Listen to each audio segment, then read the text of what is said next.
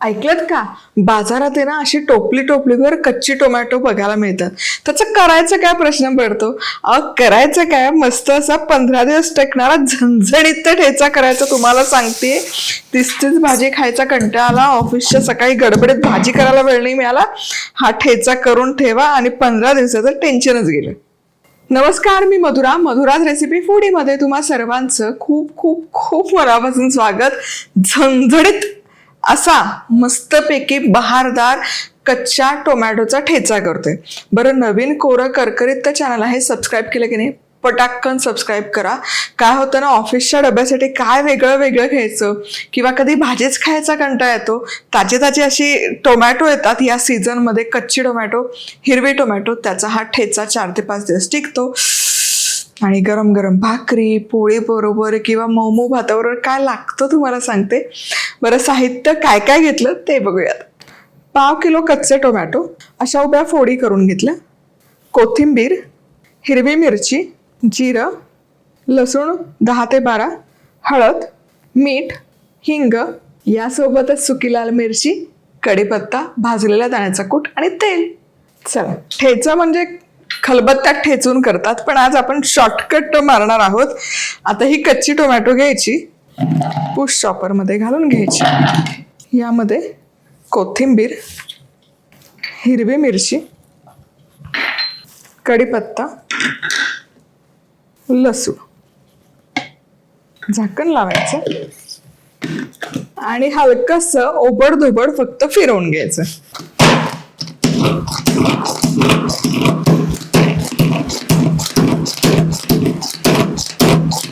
बहारदार हे तयार आहे. हे बघा, टेन झालं की नाही बारीक. आता हे असं करून घेण्याऐवजी लसूण मिरची परतून त्यात टोमॅटोच्या फोडी घालून नंतर ठेचून घेतलं तरी चालेल, पण ही अगदीच शॉर्ट मेथड आहे. चला, आता आहे ना, एक पळीभर तेल गरम करायला घेतलं. यामध्ये सगळ्यात आधी जिरं बघा, जिरं मस्त फुलतं. वा की हिंग, सुकी लाल मिरची, थोडीशी हळद आणि हा जो ठेचा आपण तयार केला, हा ठेचा यावर घालायचं, मीठ मिसळायचं आणि हे एकदम मऊ आणि एकजीव होईपर्यंत शिजवून घ्यायचं, झाकण न ठेवता.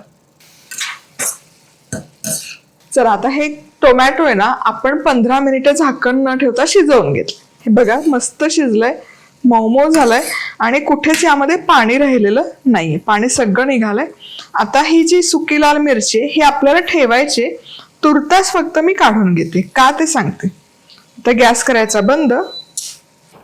आता हे इतकं बारीक आपण चॉप करून टाकलं ना, त्यामध्ये पटकन शिजतं, पण आपल्याला करायचं आहे ठेचा, म्हणून मॅशरने मॅश केलं तरी ते पटकन होईल, कारण इतकं छान शिजलंय.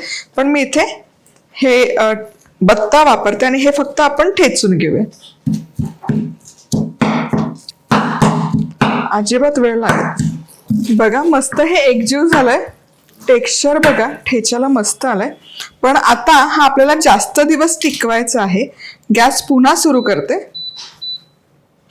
ही मिरची यामध्ये घालते जी काढून घेतली. आणखी एक 4-5 मिनिटं परतून घ्यायचं.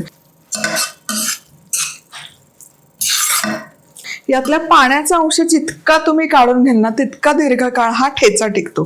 एक 4-5 मिनिटं मी हे छान परतून घेते, जेणेकरून हा आणखी यातलं पाणी निघून जाईल आणि हा टिकायला मदत होईल. चला, बरोबर 5 मिनिटं ठेच्यातलं पाणी मस्त आटवून घेतलंय. टेक्स्चर, रंग बघा काय बहारदार आलंय. वा वा वा वा, बहारदार, वा. आता गॅस बंद करते. हा ठेचा पूर्ण थंड करायचा रूम टेम्परेचरवर. थंड झाला की काचेच्या बरणीत भरा.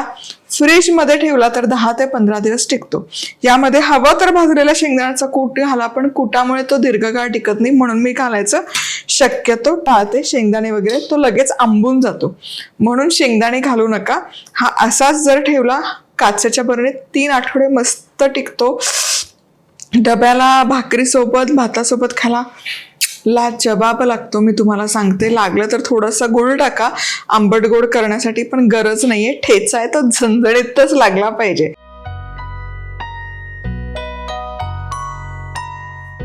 आंबट गोड तिखट आणि तो लसणीचा स्वाद इतका कमाल उतरतो, तुम्हाला सांगते. काय रेसिपी आवडली तर लाईक, कमेंट, सबस्क्राईब. पुन्हा भेटूयात. तोवर मस्त राहा, खुश राहा, आनंदी राहा. सगळ्यात महत्वाचं खात राहा.